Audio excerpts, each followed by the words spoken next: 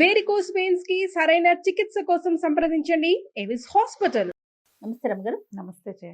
రమగారు, కర్మానుసారం మనం ఏది అనుభవించాలంటే అది అనుభవించి తీరాల్సింది, మంచి అయినా చెడైనా అనుకుంటాం కదా. చాలా పూజలు చేస్తారు, మంచిగా ఉంటారు, మంచి ఆలోచనలతో ఉంటారు, ఇతరులకి సహాయం చేస్తుంటారు. కానీ వాళ్ళకి కష్టాలు ఉంటాయి. ఎటువంటి పూజలు ఉండవు, పునస్కారాలు ఉండవు, వాళ్ళు ఇష్టం వచ్చి వ్యవహరిస్తూ ఉంటారు. వాళ్ళకి బాధలు కొంత తక్కువగా ఉన్నట్లు కొంతమందిని చూస్తే అనిపిస్తూ ఉంటుంది. ఈ క్వశ్చన్ ఎప్పుడు వస్తుంది కదండి, నేను ఎంతో పూజలు చేస్తున్నా అయినా కష్టాలు నాకే ఎందుకు వస్తున్నాయి అనే క్వశ్చన్ రేజ్ అవుతూనే ఉంటుంది. దీనికి ఏం చెప్తారు? ఎన్నిసార్లు చెప్తామో, ఎవరు చేసుకున్న కర్మ వాళ్ళు అనుభవించక తప్పదు. కర్మ అంటే ఇప్పుడు చేసిందే కాదు, మనం అంటే దీన్ని ప్రజలు ఒప్పుకోవాలి కదా. కిందటి జన్మ ఒకటి ఉంది, ఇప్పుడున్నాం, దీని తర్వాత ఇంకో జన్మ ఉంది. ఎప్పుడు కూడా కిందటి జన్మలో మనం చేసిన పాపాలు తాలూకు ఫలితాన్ని మనం నరకంలోకి వెళ్ళి మన ప్రేత శరీరం అక్కడ అనుభవించినప్పటికీ రుణశేషాలు, కర్మశేషం, రుణశేషం, దాన్ని మనం ఇప్పుడు అనుభవించవలసే వస్తుంది.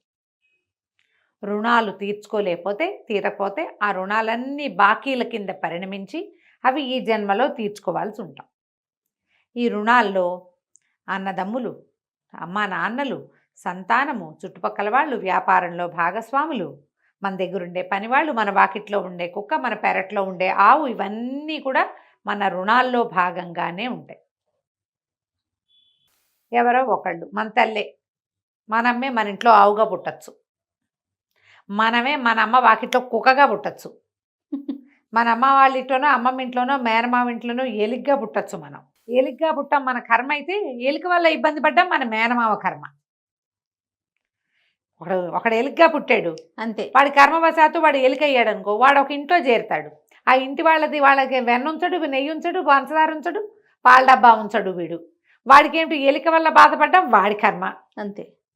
ఇది మనం అర్థం చేసుకోవాలమ్మా. అర్థం చేసుకోకపోయినా జయ 25, 26, 27, 28, 29, 30 ఏవి ఆగం, పోతూనే ఉంటాయి. నీకు అర్థమైతే అర్థమవుతూ వెళ్తాయి, అర్థం కాలేదనుకో అయినా వెళ్ళిపోతూనే ఉంటాయి. వెళ్ళిపోయే వాటి వెనకాల పడి చూడద్దు. నువ్వేం చేయాలో అది చెయ్యి, సరైన పని చెయ్యి.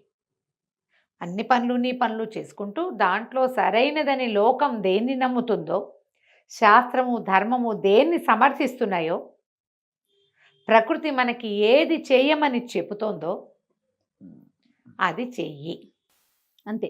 చేసుకుంటూ వెళ్తే, ఇప్పుడు నువ్వు పూజ చేస్తున్నావు, ప్రత్యేకంగా గంటల తరబడి చేస్తావు, వాకిట్లో మొక్కకి నీళ్ళు పోయావు, పక్కింటి వాళ్ళకి ఏ సహాయము చేయవు, ఎవరితోటి మాట్లాడవు, పని మనిషికి పాపం శోషొచ్చి పడిపోయినా దాని మొహాన్ని నీళ్ళు పోయావు, చచ్చేలా పూజ చేస్తావు. మీ ఇంట్లో 10 ఏళ్ల పని పిల్లని పెట్టుకుని దాన్ని చెంపల వాయగొడుకుతావు, చంటి పిల్లని. నా 10 ఏళ్ల పిల్లతో పనులు చేయించుకోవట్లేదమ్మా. మీ ఇంట్లో ఉంటే ఏమిటి, రోజు చెప్పని భోగు చేసి పెడతావు కృష్ణుడికి. పని పిల్ల ఆకలి చూడవే, చిన్నపిల్లది 10 ఏళ్ల పసిమొహంది, అదేం పని చేస్తుంది అనుకోవు నువ్వు. అవును, నేను పూజలు చేస్తున్నా అంటే నువ్వు చేసే అకార్యాలు ఉన్నాయి చూడు, దుష్కార్యాలు ఏమంటారు, దుష్ట కర్మలు, చేయకూడనివి, అవి నువ్వు చేస్తూ ఉంటావు. నువ్వు చేసే పూజ చెప్తావు, నేను ఎంతో పూజ చేస్తా అని. ఈ వ్యవహారంలో ఇంకొక పాయింట్ ఏంటంటే, నేను ఇన్ని చేసినా నేను కష్టపడుతున్నాను, అదేం చేయట్లేదు, అది సుఖపడుతుంది. ఈ వాక్యాలు మానేయాలి, ఆ వాక్యాలు మానేయాలి. మనది మనమే చూసుకోవాలి. కర్మ సిద్ధాంతం ప్రకారము ఎదుటివాడు బాగున్నాడనటం కూడా మన నెత్తి మీద పడుతుంది. మన అకౌంట్లో పాయింట్ యాడ్ అయిపోతుంది. మనం అనుభవించాల్సిన ఇంకొక బరువు మన నెత్తి మీద పడిపోతుంది. వీళ్ళు ఒట్టి పాపిష్టి వాళ్ళు, ఆయన ఏమంటారు, సరే రకరకాల బూతులు వస్తాయనుకో, అలాంటివేమో అని. అయినా వాళ్ళ ఇంట్లో డబ్బు ఉంది, వాళ్ళ ఆవిడికి బోల్డన్ నగలున్నాయి, వాళ్ళ పిల్లలు టింగురంగా మన ఉన్నారు, వాళ్ళ కార్లు ఉన్నాయి, వాళ్ళ ఇంట్లో కుక్కలున్నాయి, పని వాళ్ళు ఉన్నారు, బాగుంది. సుఖం ఉందో లేదో నువ్వు ఏనాడైనా చూసావా? నీకేం తెలుసు, వాళ్ళ కారు వాళ్ళ ఇది తెలుసు. ఆవిడకి ఏ చెప్పుకోలేని జబ్బు ఉందో, ఆయనకి ఏ చెప్పుకోలేని సమస్య ఉందో, ఆ పిల్లలతో వాళ్ళు ఏం పడుతున్నారో, వాళ్ళ ఇంట్లో వాళ్ళు ఏం మనల గుంతాలు పడుతున్నారో, భార్యాభర్తకి అసలు సంబంధం ఉందో లేదో, ఆయనకి ఇంకెవరితోటైనా ఉందేమో, ఆవిడేం ఊడపడుస్తుందో మనకు తెలియదు. మనకు కనపడేది ఏంటి, వాళ్ళది ఒక ఇల్లు, వాళ్ళకు 10 కార్లు, ఆవిడ ఒంటి నిండా బంగారం, ఎక్కడికి వచ్చినా హుందాగా పెద్ద పట్టు చీర కట్టుకుని వజ్రాల నగలు పెట్టుకుని వస్తుంది ఆవిడ అనుభవించే హింస ఏమిటో మనకు తెలియదు. వాళ్ళు బాగున్నారని నువ్వు ఎట్లా చెప్తావు? వాళ్ళు ఏమనుకుంటారు? హాయిగా ఉన్నారు, చిన్న ఇల్లు, మన కొంపలాగా ఇంత పెద్ద ఇల్లు, డబ్బున వాళ్ళ కష్టాలు ఏమీ వీళ్ళకి లేవు, హాయిగా ఉన్నారు, చక్కగా సింపుల్గా కాటన్ చీర కట్టుకుని నేను సుఖంగా ఉంది, చీర వెళ్ళిపోతున్నాను అనుకుంటుందేమో ఆవిడే. అనుకోవచ్చుగా, అంతేగా. బాగా చెప్పారు రమ్మగారు. అనుకోవచ్చు కదా. నేను మనం చూడు కొన్ని ఫంక్షన్లకి కాటన్ చీర కట్టుకెళ్తామా, మనం అనుకో వాళ్ళు అంత గ్రాండ్గా కట్టుకున్నారు, ఏమిటో కాటన్ చీర కట్టుకొచ్చుకున్నాం మనం అంటాం. అదేవతో మన ఆడపడుచు పెనుమావ గారి కూతురు ఒక చిటిపిల్లి వస్తుంది మన దగ్గరికి, అబ్బాయి ఎంత హాయిగా ఉందో కాటన్ చీర, ఈ ముష్టి చీరలు కట్టుకోలేక చస్తున్నామంటుంది. అంతే. అప్పుడు మనకేమనిపిస్తుంది? అబ్బా భలే మంచి పని చేశాను అనిపిస్తుంది. ఆ ఏసీ హాల్లో ఏసీ పోయింది సడన్గా, మనం సింపుల్గా ఓ నల్లపూసల గొలుసు 3 జతల గాజులతోటే వెళ్ళాము అక్కడికి. హాయిగా ఆ నగలు వేసుకున్న వాళ్ళంతా చెమటలతో అబ్బా సుఖంగా ఉంది, ఈ వస్తువు తీసి ఎక్కడ పెట్టలేము, సెక్యూరిటీ గోలా, మెళ్ళ ఉంచుకోలేసి వస్తున్నాం, చెమట పోస్తుందని అంటారా? అప్పుడు నీకేమనిపిస్తుంది? ప్రశాంతత ఉంటుంది. అది తర్వాత వాళ్ళ నగల మీద మన విలువంతా పోతుంది. అవును. ఎప్పుడు కూడా ఎదుటి వాళ్ళు బాగున్నారని, వాళ్ళు ఏమీ చెయ్యట్లేదు, నేను ఎప్పుడైతే పూజ నేను చేస్తున్నాను అని నువ్వు అనుకున్నావో, ఇక నీ అకౌంట్లో పూజ లేదు. అంతే. అంతే. పూజ నన్ను ఉద్ధరించడానికి చేస్తున్నావు, నువ్వు అన్నం తింటల్లా, నువ్వు గాలి పీల్చట్లా, నువ్వు పూజ చేస్తున్నావు. ఈ 3 సమానం అమ్మ, అర్థం చేసుకోండి ఆ మాట. పూజ నువ్వు దేవుణ్ణి ఉద్ధరించట్లేదు, మన ప్రశాంతత కోసం, నీకు సంతోషం, నిన్ను పుట్టించిన భగవంతుడు, నిన్నొక మనిషిగా ఉంచిన భగవంతుడికి నీ కృతజ్ఞత నువ్వు తెలుసుకుంటావు. నువ్వు గ్రాండ్గా తెలియజేయి, సింపుల్గా ఒక తులసి దళం పెట్టు, నీ విధి. నువ్వు బతికున్నావు గాలి పీలుస్తావు, బతికున్నావు పూజ చేస్తున్నావు, అంతే, 2 సమానం. బా ఇంకేం లేదు అందులో. నువ్వు చేసే గ్రాండియర్ ఉంది చూడు, అదేమిటో వెండి విగ్రహాలు పెట్టి, బంగారు గంటలు పెట్టి, బంగారు దీపారాధన కుందులు పెట్టుకుని, ఇంత పెద్ద పెద్ద కుందు, ఇంత కుందు పెట్టినా, చిట్టి మట్టి ప్రమిద పెట్టినా భగవంతుడికి ఒకటేనమ్మా.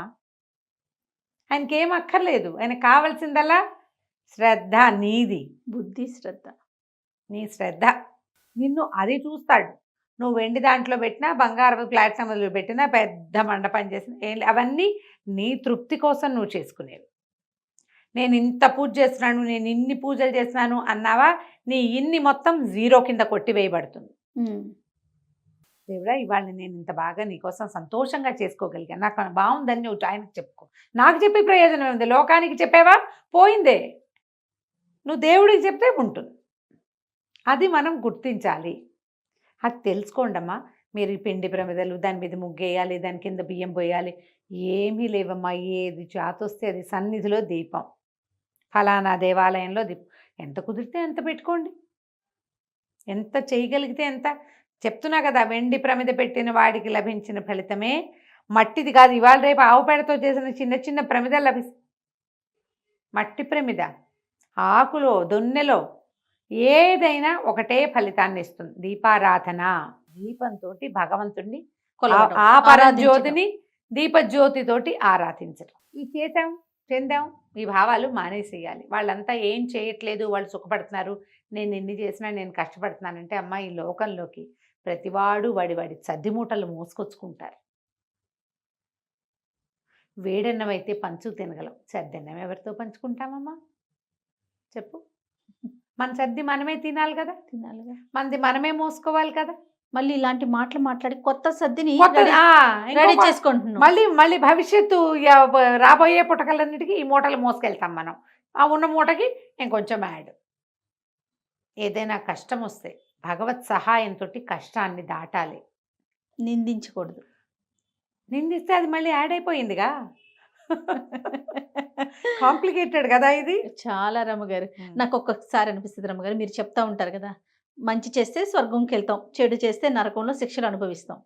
కానీ ఇప్పుడు మనకి ఆల్రెడీ అనుభవించి ఉంటాం, అది మంచో చెడో, స్వర్గమో నరకమో ఫేస్ చేసి ఉంటాం కదా, మనకు తెలియదు కదా ఆ ఫీలు. నిజంగా నరకంలో ఎలాంటి కష్టాలు ఉంటాయో మనిషి జన్మలో తెలిస్తే గనక, ఇప్పుడు అమ్మో ఆ రోజు నేను అన్ని దెబ్బలు తిన్నాను, లేకపోతే నూనెలో వేయించారు ఫర్ ఎగ్జాంపుల్, ఆ బాధ తెలిస్తే ఈ జన్మలో తప్పులు చేయమేమో అనిపిస్తుంది. అంటే వేయిస్తారు అని తెలుసు మనకి, ఏంటి వేయిస్తే ఎలా ఉంటుందో తెలియదు కదా. అవి తెలిస్తే ఈ జన్మలో సర్ది ఉండదేమో అనిపిస్తుంది రమ్మగారు. అవును కదా, కానీ అది తెలియచేయరు కదా, మనం మర్చిపోతాం. అసలు మంచి తెలీదు, చెడు తెలియదు. చెడు తెలియదు. కాకపోతే అప్పుడప్పుడు మనకి ఎప్పుడు తెలుస్తుందంటే, ఏదో పెద్ద ఇబ్బంది, ఏ జన్మలో ఏ పాపం చేశానో ఇలా అయింది అనిపిస్తుంది. అనిపిస్తుంది. ఖచ్చితంగా ఇది మనం ఇప్పుడు చేసింది కాదు అని మనకి చాలాసార్లు అర్థమవుతుంది. గుర్తు చేసుకోండి ప్రతి వాళ్ళు.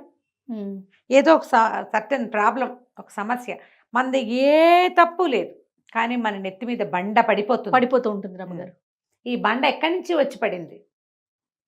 మన ప్రమేయం లేకుండా మన జీవితాల్లోకి ఇలాంటి ఒక తుఫాను ఎలా వచ్చేసింది? మనకి తెలిసి మనం ఎవ్వడికి ఓ రూపాయి అప్పు ఉండము, ఒక రూపాయి మోసం చేయము, ఒక చెడ్డ మాట అని ఉండము. అవును. ఎవరికైనా వీలైతే ఏదో కొంచెం చిన్నదో పొన్నదో చేతనైంది సాయమే చేస్తూ ఉంటాం. అలాంటి వాళ్ళకు కూడా జీవితాల్లో బండలు పడవా? పడతాయి. ఎవరి జీవితం ఏది లేకుండా వెళ్తుంది. ఏ ప్రాబ్లము లేని వాళ్ళకి అనారోగ్యము, పిల్లలు సరిగ్గా పుట్టకపోవటం, పిల్లలే పుట్టకపోవటం, పుట్టిన పిల్లలు సరిగ్గా ఉండకపోవటం, సరిగ్గా ఉన్న పిల్లలు పెద్దవాళ్ళు కాకుండానే వెళ్ళిపోవటం, అన్నీ బాగుంటే వాడికి చదువు రాకపోవటం, వాడికి ఏదో దుర్వ్యసనాలు ఉండటం, మగుళ్ళకి ఏదో దుర్వ్యసనాలు, ఆడవాళ్ళకి జబ్బులు, ఏవో లేకుండా ఎవరైనా ఉంటారామా? మరణాలు, సమీపంలో మరణాలు, చుట్టుపక్కల ఇళ్లలో మరణాలు, తట్టుకోలేని తనం. ఇవన్నీ ఏం చేయాలి? మనం వీటిని తట్టుకుంటూ ముందుకెళ్ళాలి. దీనికి మనకి తోడేమిటి? ఈ సముద్రాన్ని, సంసార సాగరాన్ని దాటడానికి ఆయన భగవంతుడు ఒక చిన్న నావ, పరమాత్మ. ఆ భగవంతుడి సహాయంతో మనం ముందుకెళ్ళిపోవాలి. భవాబ్దిని దాటడానికి లక్ష్మణ్ కరావలంబ స్తోత్రంలో చెప్తారు, భవాబ్ది పోత అని. ఈ భవము అనే ఈ సంసారం అనే సాగరంలో ఒక చిన్న నావ నువ్వు. పోతము అంటే నావ. సంసార సాగరాన్ని ఈదాలంటే మనకి ఎవరిదైనా సహాయం కావాలి. మనుషులు అన్నప్పుడు రారమ్మా, దేవుడు నువ్వు ఎప్పుడు తలుచుకుంటే అప్పుడు ఉంటాడు. ఆయన ఉన్నాడని నీకు తెలుస్తుంది, చాలాసార్లు కనపడలేదు అనిపిస్తుంది, కానీ ఎప్పుడో ఒకప్పుడు ప్రతి వాళ్ళు తమ జీవితంలో తుఫాన్ ఎదుర్కొన్నట్టుగానే భగవంతుణ్ణి స్పర్శిస్తారా, స్పర్శించరా? దేవుడా ఈ బాధ పడలేని అనుకుంటాం. ఆ బాధ తీరినాడు అది దేవుడే చేశాడని మనం అనుకుంటున్నామా? అనుకోవాలి.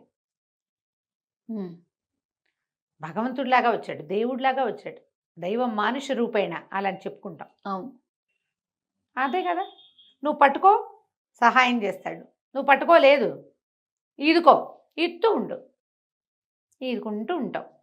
ఎప్పటికి నువ్వు తీరం చేరాలని మనం ఇక్కడ రాసుకొచ్చామో అక్కడికి తీరం చేరుతావు. ఈ తీరం చేరే సమయంలో ఏదైనా ఒక భగవన్నామమో భగవత్ సహాయమో తీసుకుంటే మనకి కనపడని, మనని నడిపించే ప్రచోదన శక్తి ఏదైతే ఉందో అది మనతోటే ఉంటుంది. అది మన కర్మబంధాల కంటే బలమైంది. మనం ఆయన్ని పట్టుకుంటే ఈ కర్మలు పెద్దది అట్లా అట్లా అట్లా అట్లా చిన్నదైపోతుంది. లేదా ఈ పెద్దదాన్ని మోసే ధైర్యము, శక్తి మనకు వస్తాయి. ఇది తప్పదమ్మా, దీంట్లోంచి బయటపడలేకపోతాము. మీరు ఇప్పుడు నేను చెప్పినవన్నీ మీ అందరికీ తెలుసు, కానీ ఏదైనా కష్టం రాగానే మనం దేవుణ్ణి నిందిస్తాం, దేవుణ్ణి వదిలేస్తారు కొంతమంది. అవును, నిన్ను నువ్వు వదిలేసుకోవటమే. దేవుణ్ణి వదిలేయటం అంటే వాడు ఎవరినో వదిలేయట, ఆయన ఎవరో తెలియదు నీకు. నిన్ను నువ్వు వదిలేసుకోవటం, ఆ నిన్ను నువ్వు వదిలిపెట్టుకోవద్దు. నిన్ను నువ్వు పట్టుకోవాలంటే భగవంతుణ్ణి పట్టుకోవాలి. పట్టుకొని కర్మల్లోంచి మనం బయటపడగలుగుతాం. ఒకేసారి కనిపించదు, చాలా కొద్దిసార్లు మనకి చటుక్కున మీదకి వచ్చిన స్కైలాబ్ పక్కే తప్పిపోతుంది, చాలా కొద్దిసార్లు. మిగిలిన సార్లు అది మన దున్నేసి వెళ్ళిపోతుంది. మనం మళ్ళీ ఇదంతా సమీకరించుకుని మన సర్వశక్తులు ఒక దరి చేర్చుకోవడానికి మనకు సమయం పడుతుంది. ఆ సమయంలో మన వెనకాలన్న అదృశ్య శక్తికి దండం పెట్టుకుంటూ ఆయన సహాయాన్ని అర్థిస్తూ ముందుకెళ్ళిపోవాలి. కర్మలు తప్పవు, కర్మని అనుభవించడం కూడా తప్పనే తప్పదు. రైట్. నమస్తే. నమస్తే.